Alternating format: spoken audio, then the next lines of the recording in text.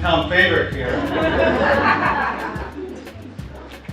Thank you all for coming out. Great to see so many friends and colleagues and students, and you can hear me. Okay, great. Okay. So I'd like to just lay some groundwork for tonight's presentation, and this presentation is called Design Engagement, and is also the name of the exhibition that's in the gallery I hope everyone will be able to come to the opening after I finish talking and see the work that's there. So I wanted to lay out some frameworks that I use and think about as I do my work, and then I'm going to show 5 different projects that fall within the themes that I've established for the exhibition. So the exhibition is divided into 5 areas: places, passages, processes, vehicles, and exhibitions. And these are all realms in which I work, and I have to say that in a sense they're design. They're made up categories, right? In a sense, because design is something in which you take something that may be out there and begin to organize it in some ways and kind of create sort of armatures and structures. And it's very much the nature of the work that I do. So in establishing those categories for the exhibition, they're not meant to be exclusive. There's a lot of interconnection. Places involves lots of processes, and passages and vehicles for change are a big part of a lot of the work. So as I begin to talk about that, it's really just the way to begin to organize some projects and some thoughts on it. But before I get started, I want to talk about just this term, design engagement, because design engagement is a term that I've used a lot. I teach a course here in the fall that's called Design Engagement, that looks at social, cultural, political contexts in which students will work as architects once they're out of school. And that particular phrase, design engagement, is, for me, a kind of bridging phase. It connects 2 different concepts or ideas, one of design and one of engagement. And so they're often seen as binaries, right? We can talk about there's a kind of design and there's engagement. The design is often connected to aesthetics, and engagement connected to being in the world. And design is often aligned with individual efforts and engagement with communal work. So as we begin to bring these together, I was recalling, as I was putting this presentation together, something that I read from Alberto Perez Gomez, who says that the points of contact between the poetics and ethics, between architects' wish to design for a beautiful world and architects' imperative to provide a better place for society. And this is from his book on, it's a remarkable book on love and architecture, right? So that's another particular subject and topic we could talk about. But what I really love about the way he frames these non-divisions, non-binaries, is talking about the connection between poetics and ethics, and talking about the connection between aesthetics and the communal and the common and the community. So for me, I wanted to start by saying that's what I think about design engagement. That's one of the ways in which the framework that I begin to think about this work that I'll talk about tonight and you'll see in the exhibition. Okay, so I also want to kind of like lay out 3 concepts, 3 ideas that are also very important within my work, and the community, collaboration, and criticality. And before I start talking about them, I want to do this. I want to nuance them, right? Because when we talk about community, we want to talk about the complexity of community. And when we want to talk about collaboration, it's about the multiplicity of collaboration. And when we talk about criticality, it's really the challenge of criticality, and especially the challenge in today's moment. So for me, community is complex. Right? For me personally, it's complex. I grew up in a Puerto Rican and Polish household in Brooklyn, New York. So my communities there were already pretty distinct and diverse. And I had to, from a very early age, both in school and at family events, begin to navigate what it is to be in these communities that were essentially part of my DNA. So my origins about thinking about community and the complexity of it come from that kind of personal story that's so important to me and to actually a lot of the work that I do today. But we also see the word community used a lot. If we, at the university, I am the director of civic engagement and service learning, and we talk about community service learning, and we talk about our engagement with community. We are a land grant institution. UMass is a land grant institution, and we talk about community, right? So, and we talk about our responsibilities to community. But Miranda Joseph, who's a professor at the University of Arizona, starts off her definition of community with the following.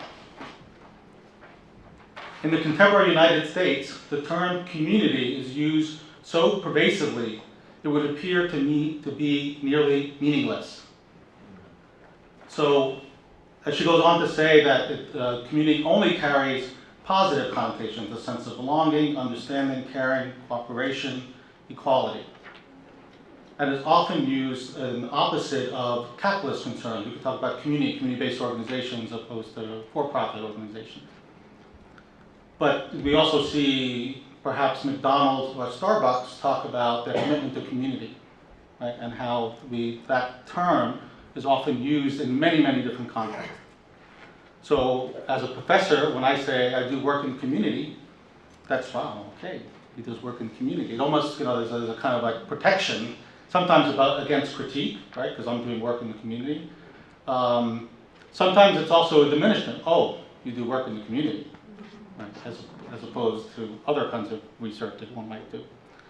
So we see that this term is complex, and I'm not willing to give up the word. Okay, so I just want to kind of state that here.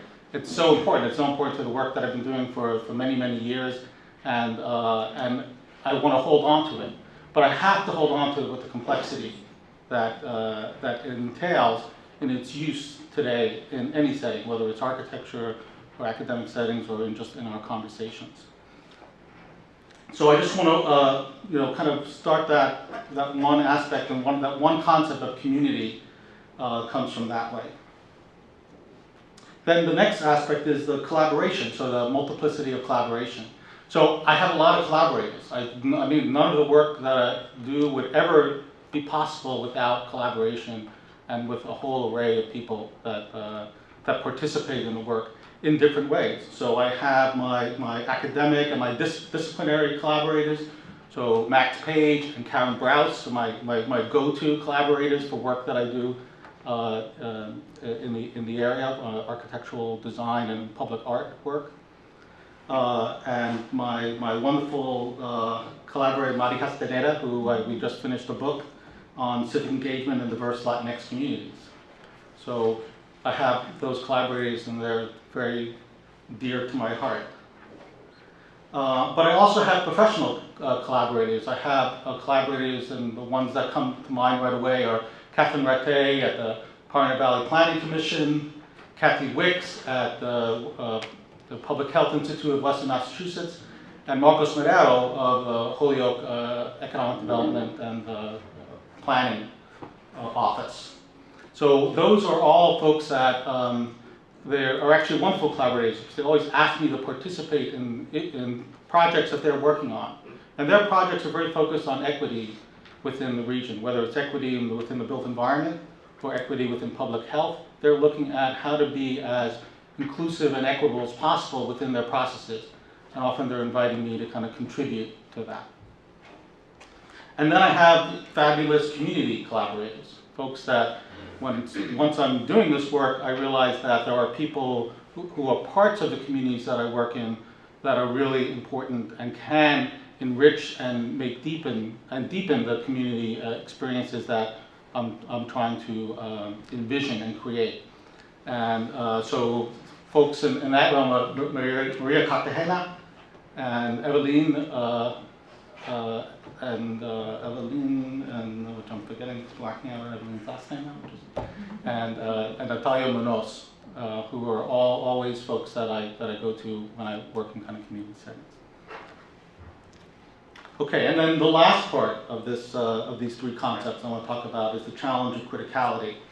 And this goes back to the idea of the critical approach about thinking about community. So that I was just talking about, in that I think we have to recognize that we're at a particular moment of time, right? So we're in a time of Make America Great Again, but we're also in a time of counter movements like Black Lives Matters, Never Again, Me Too, and the immigrants' rights movements.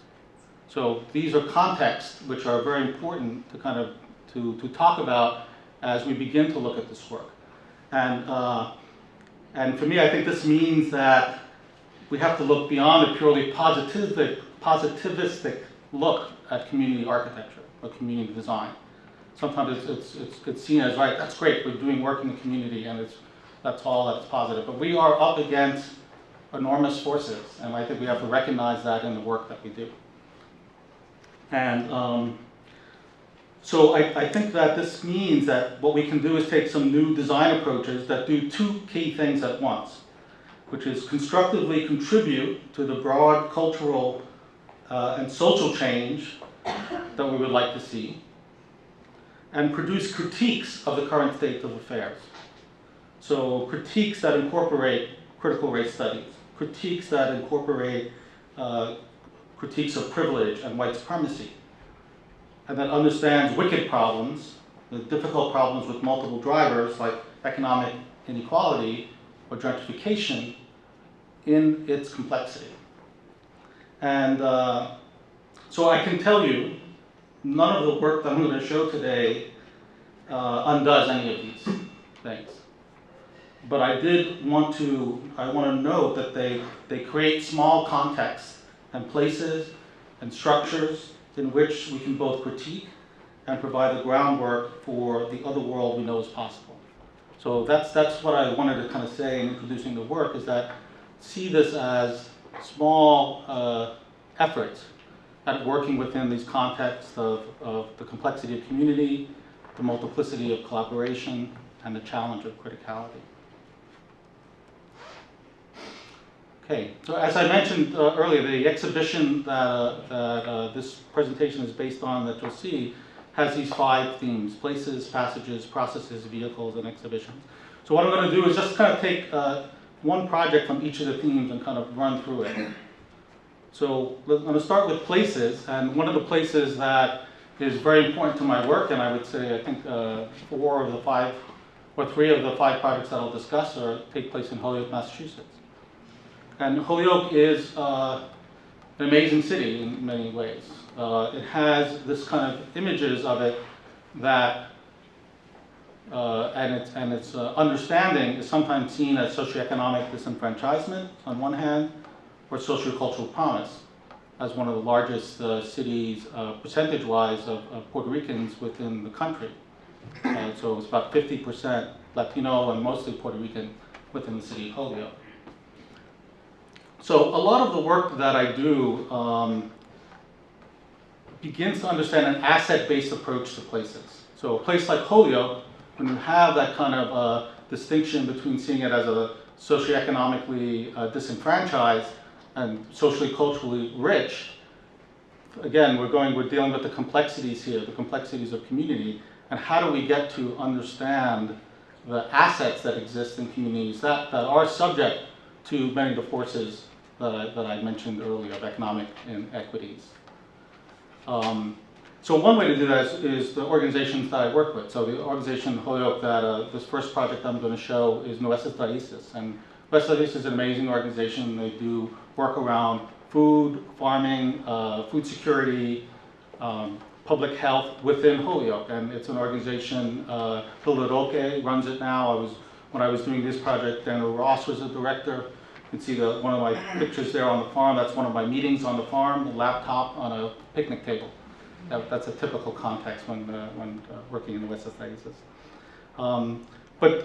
So you have this kind of sense that, and Julie Graham and Janelle Cornwell who did a lot of work studying Nuevas Raíces and understanding that it provided alternative ways of thinking about economic development, about thinking about well-being. So it becomes a model. It becomes an asset that we need to kind of cultivate rather than a partner that we're kind of collaborating with to help.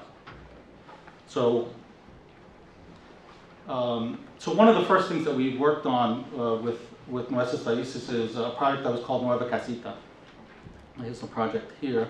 And then morphed into a project called Electronera. But the Nueva Casita was looking at, it was a very simple task. The folks on the farm wanted a building for the farmers to put supplies and be able to have kind of meetings. So one of the things we began to look at is this ideas of casitas, urban casitas, which are very small structures that are built by Puerto Rican communities in urban centers, New York, Philadelphia, Chicago, and they really are placeholders as spaces. They're spaces that you know, are very small in the sense they're just tool sheds, but they also carry enormous cultural and symbolic meaning for Puerto Rican communities. So we began to talk about, and this was the first project in Nueva Casita happened through a studio that I taught here, one of my service learning studios, actually one of the first ones that I ever taught. And so we began to talk about what does it mean to design within this kind of Puerto Rican community and begin to understand the asset base and the complexity of the community and kind of go beyond a kind of a tropical stereotyping that can happen when many times architects work in Latino and Puerto Rican communities. So one way we did that was read the sociologist Juan Flores, who wrote a great book called From Bomba to Hip Hop. And in there he talks about the casita and that capacity of it to stand in for a kind of cultural longing that's so important in Puerto Rico, for Puerto Ricans in Holyoke. So our first project was, and this is the kind of model and the Photoshop version of it, was to kind of create the space that had these screens, and you can tell here that there's a kind of porosity to it. And part of that was looking at issues of how do we make a spatial analogy to Puerto Rican identity. Puerto Ricans are U.S. citizens. They're able to kind of move back and forth, you know, between the island and the mainland.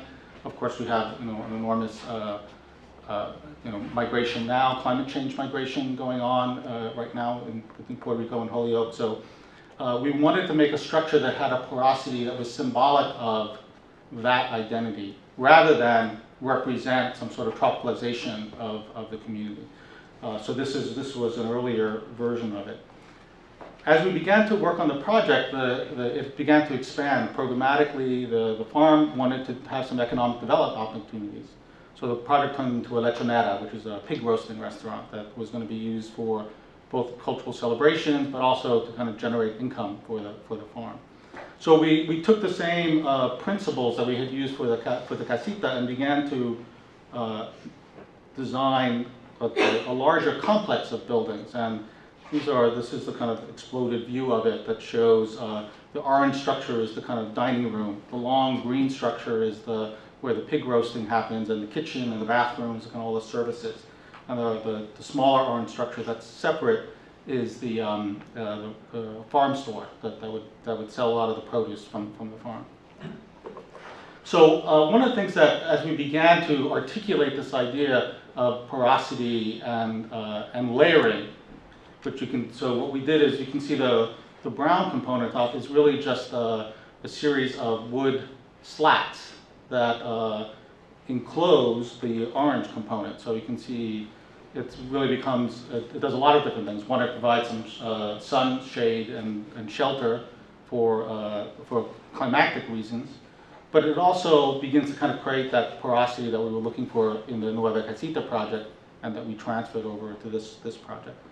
The other thing that was interesting that kind of emerged in conversations and looking at it was that it also represented a way of connecting a New England agricultural tradition. We have, especially in the area, the kind of tobacco barns and the kind of wooden architecture that's so much part of agriculture here. And what we began to see, even though we were coming at it from another direction, is that it also represented this kind of coming together of New England agricultural traditions and Latino and Puerto Rican agriculture tradition, so that this lechonera was a project that could convey even more meaning within that context. So one of the other things that we were doing was just, this is a shot from a place outside of Sidra in Puerto Rico, and during the holidays, everyone goes and gets their lechon. That's their pig, and it gets cut up, and they take it home for dinner.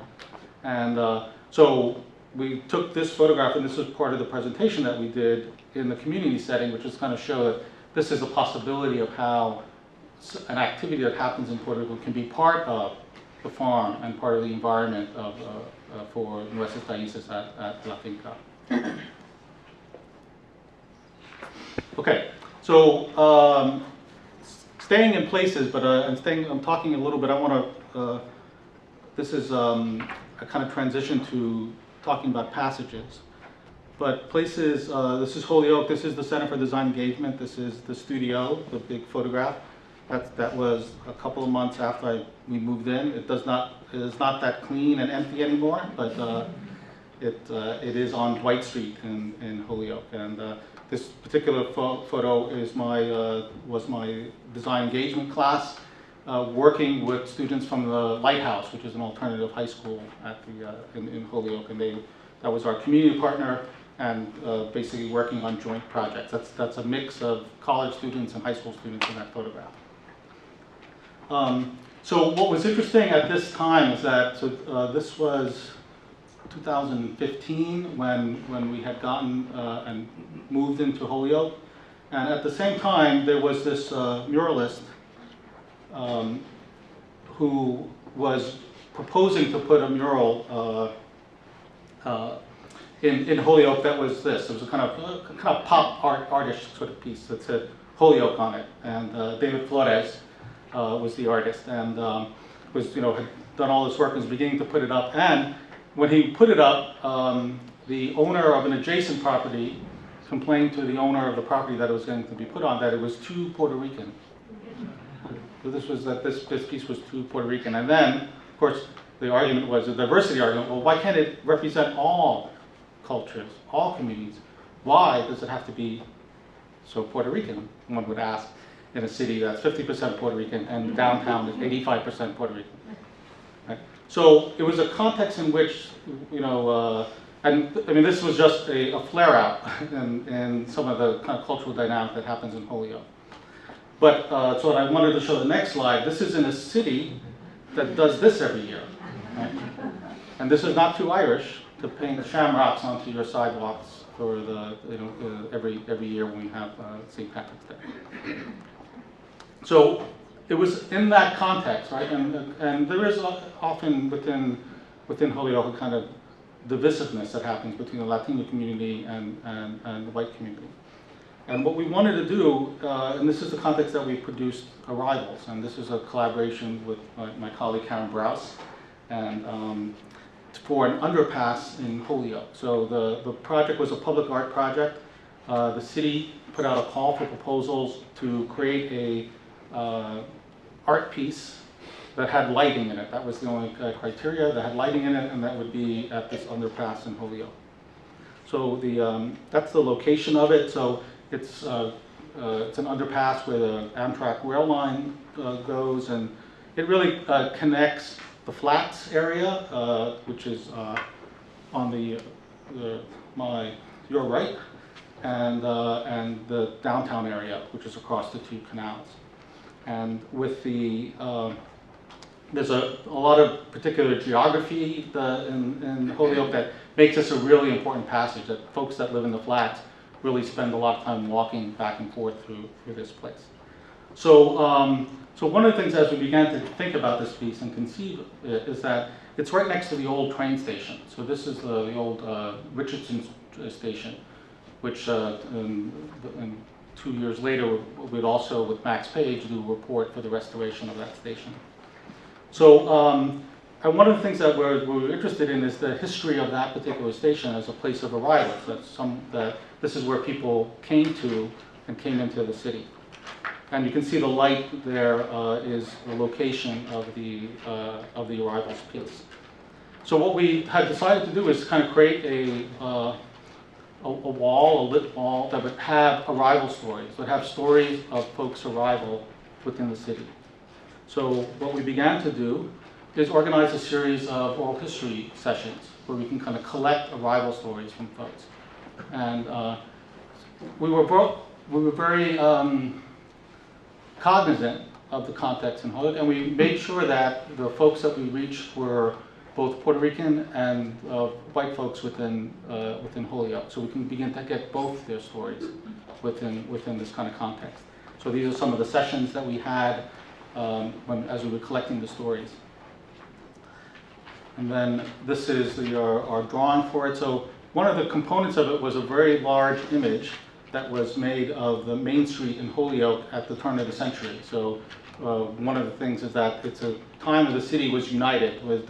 That particular stretch of Main Street has a lot of vacant lots now. But at the moment at the turn of the century, you have this kind of continuous urban street facade, which I think is meaningful in some ways. So we wanted to take that historic image and connect it to the arrival story. So you can see the more colorful boxes here are boxes that actually contain excerpts from the arrival stories that we collected. That's the elevation of it. The wall itself is made out of steel, and it's perforated steel with LED lights behind it. So one of the criteria for the competition was that it be vandal-proof. So this thing could be hit with a baseball bat, and it actually stays pretty. No one's done that yet, so that's good. But you can see the kind of perforations that make the image. So you can see that the perforation of the light coming through it, and then the actual light. The story boxes are actually more traditional LED and acrylic panels. So one of the things that Karen and I decided to do when we were making some choices about how we would represent the stories is that not put anyone's name, and it would be by date of arrival, right? So it says arrived in 1955, arrived in 1983, 1970, 2012. And this was either for someone's birth in the city, if they were born there, or the date in which they moved to Holyoke. And then we conducted the interviews. Some were in Spanish, so you can see when you see the larger text that's in Spanish, that interview was conducted in Spanish. And when the larger text is in English, it was conducted in English.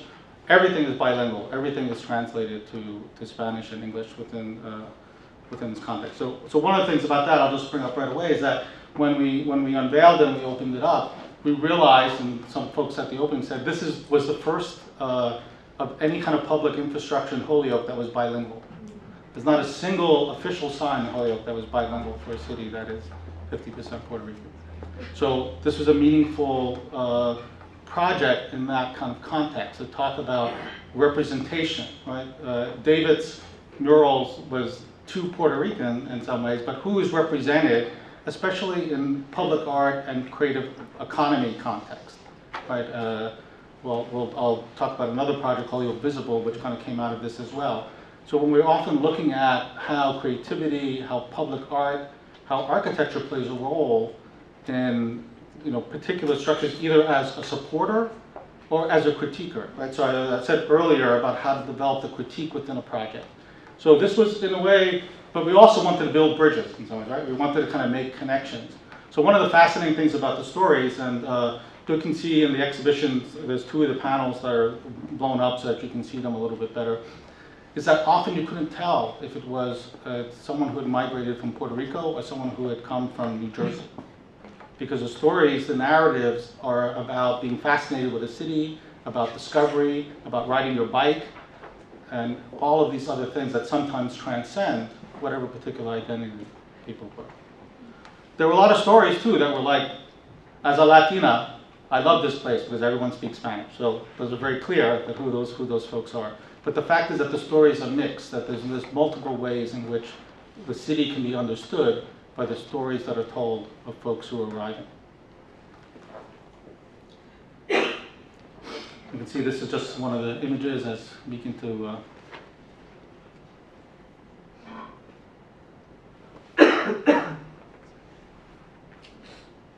okay. How are we doing? Good? We're on theme 3, but we'll move a little bit faster. So the next theme is processes, and as I said, there's a lot of overlap between the themes that make up the work that's in the exhibition, the work that I'm showing you today. And so processes, I wanted to take you to a place outside of Holyoke for a moment, but in Western Massachusetts. This was for Sustainable Knowledge Corridor Civic Engagement Plan. So this was a project that was funded by HUD and a grant that was received by the Pioneer Valley Planning Commission with their partner planning commission in the Hartford region in Connecticut. And Catherine Rattay from Pioneer Valley Planning Commission asked me to develop a plan for civic engagement, to engage folks, focusing on folks who are underrepresented in conversations about sustainability. So this particular project grew out of that call, and this was, it's a HUD Sustainable Communities grant during the Obama administration, which made some really distinctive changes in their call to planners and folks that were doing community engaged work. And because having been around for a while, my first grant in Holyoke was a COPSI grant during the Bush administration, and there were very few in the, what we did there was because we wanted to do it.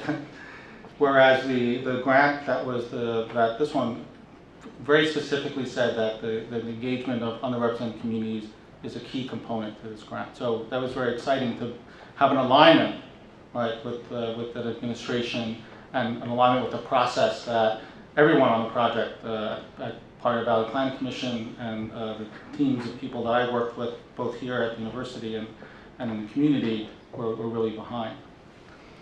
So we ended up, this is a map of every place we went. So this, we talked in this particular project about underrepresented communities.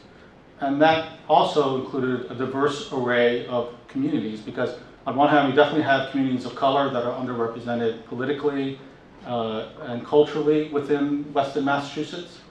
But there are also folks with disabilities. There are also folks who live in the hill towns. And there are also just folks who are economically disadvantaged. And so we use this term underrepresented to be able to kind of have that broadest conversation possible. And as you can see with the various dots that are on this map, we did a lot of work in Springfield and Holyoke. It was a very important part of it, but we also did a lot of work in the hill towns, and we met in Cummington and in Ware and in Huntington, which I'll tell you a little bit about. So this was really, it was a 3-year process. 2 years were pretty much the intensive meetings. We had about 30 community meetings in about 25 different contexts. And these images are pretty much the nature of it. We had anywhere from 5 people to 30 people at a meeting.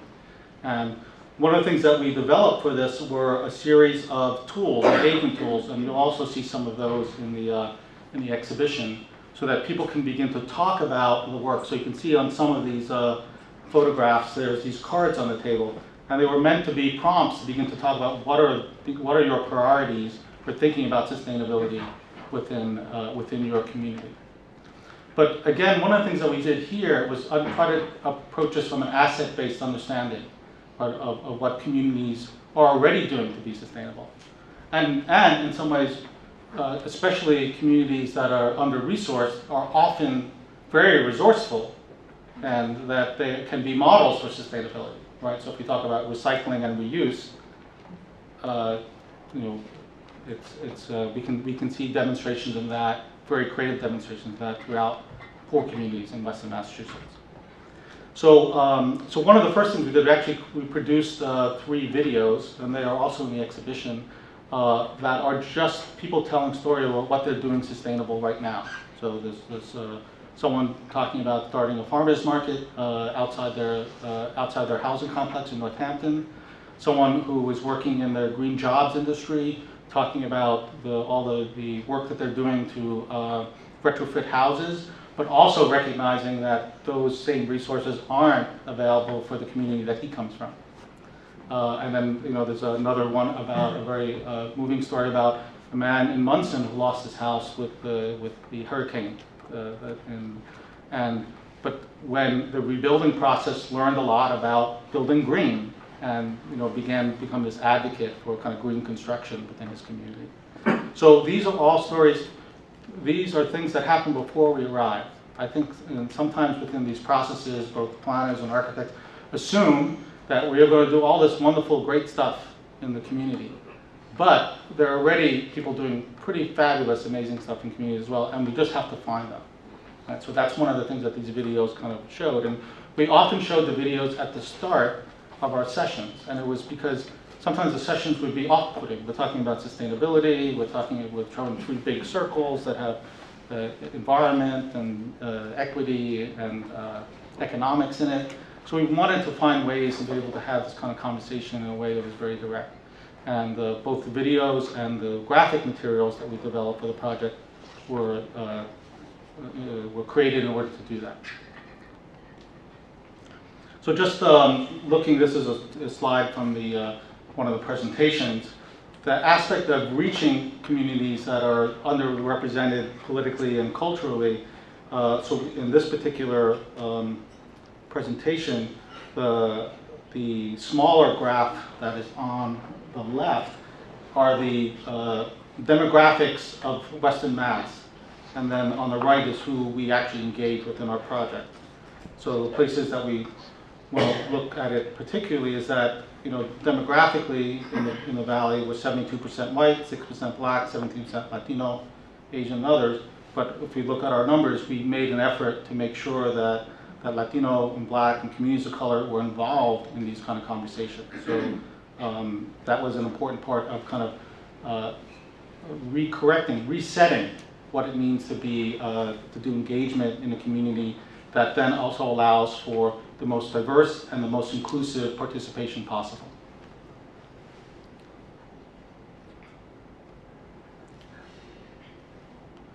So these are the particular areas.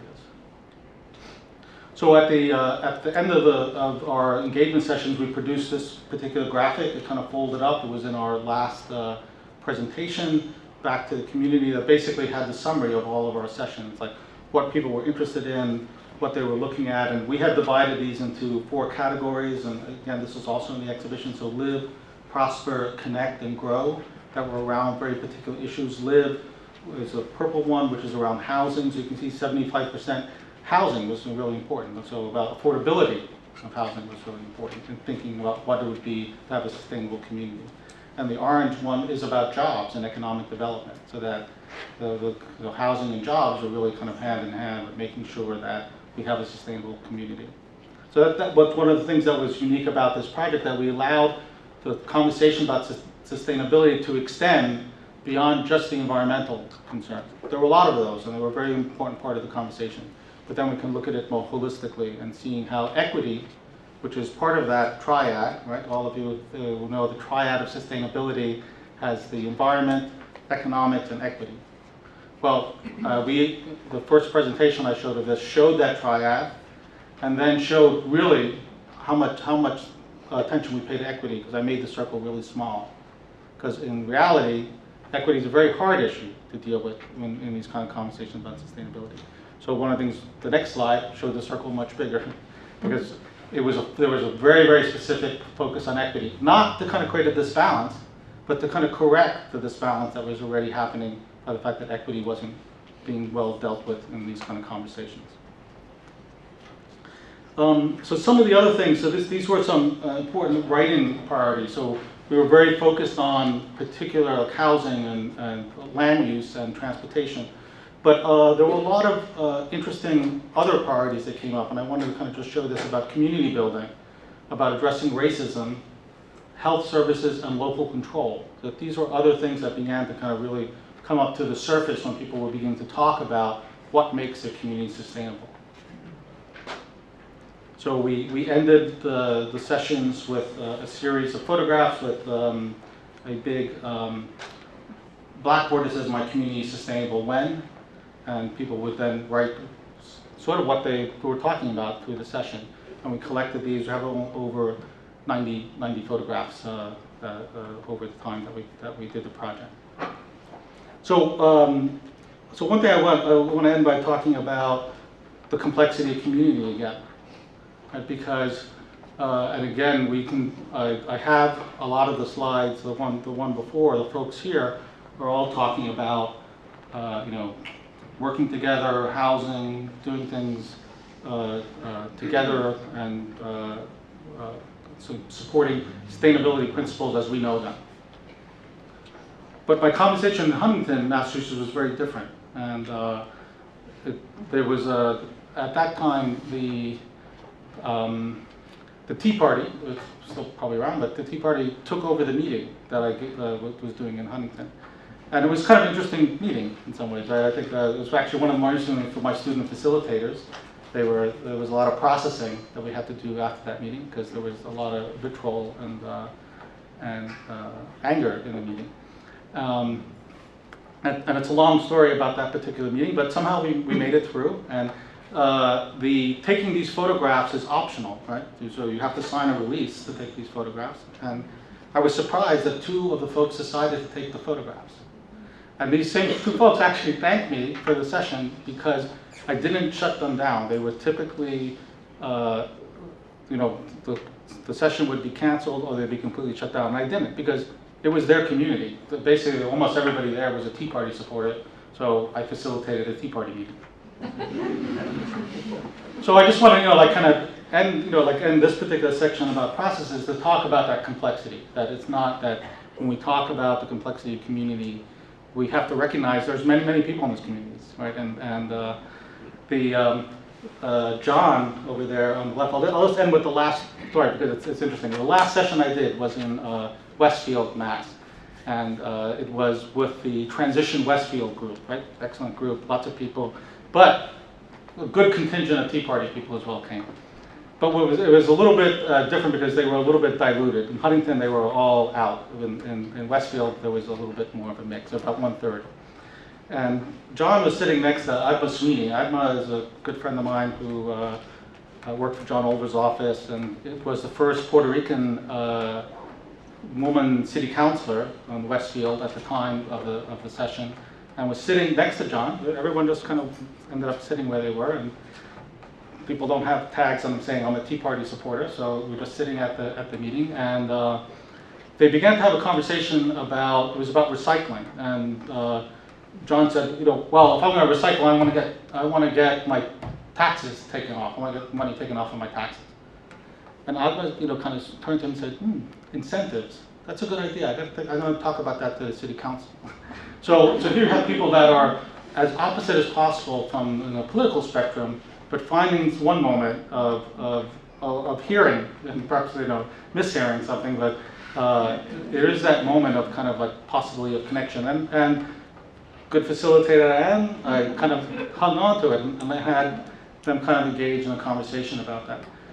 And what was the result? The result was John was a little bit less angry at that meeting and kind of engaged in the conversation without typical vitriol that he displayed in the Huntington. Okay, so I'm gonna transition, talk about a process that leads into a vehicle. And Holyoke Visible is a project that I'm going to talk about next. The trailer is out in the gallery as well. But we started that process and project by having conversations with the community about what it is that we should be doing there. Max Page and I worked on this project, and it was a Creative Economy grant from UMass.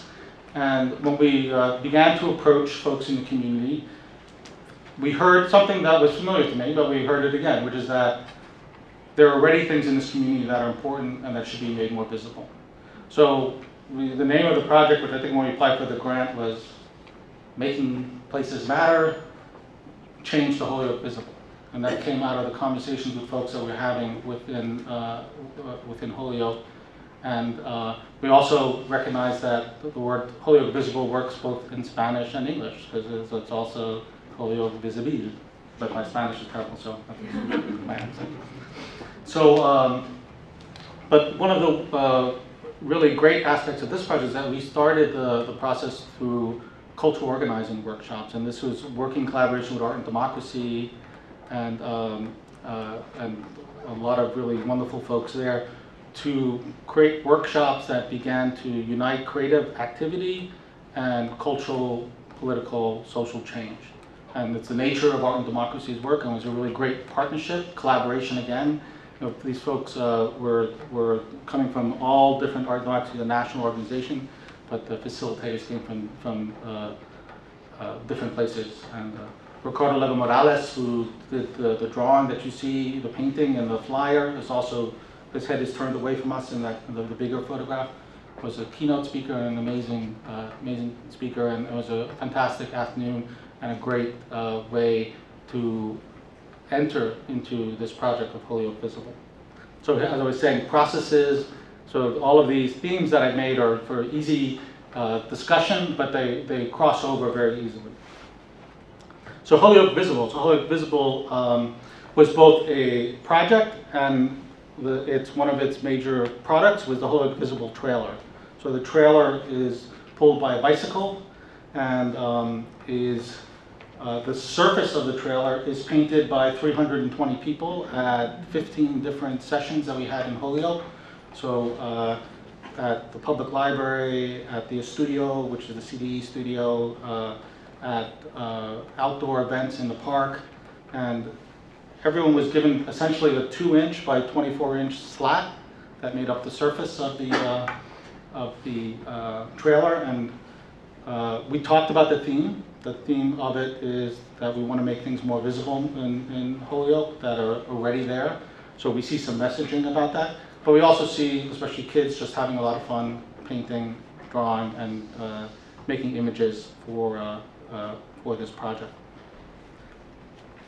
When it was all said and done, Geraldo Torres is an amazing bike rider. He's the only person that pulls this thing. He's claimed that role in Holyoke, and so he drove it around to 3 different events. So when the conversations that we had then produced 3 themes that we were going to cover through the project: food, language, and culture.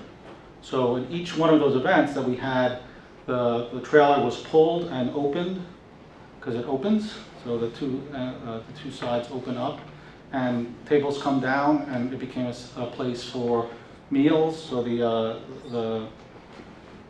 that image on the left side is that's our food event that we had in conjunction and in collaboration with Nuestras Raíces again. So since they deal with food in Holyoke, we wanted to work collaboratively with them.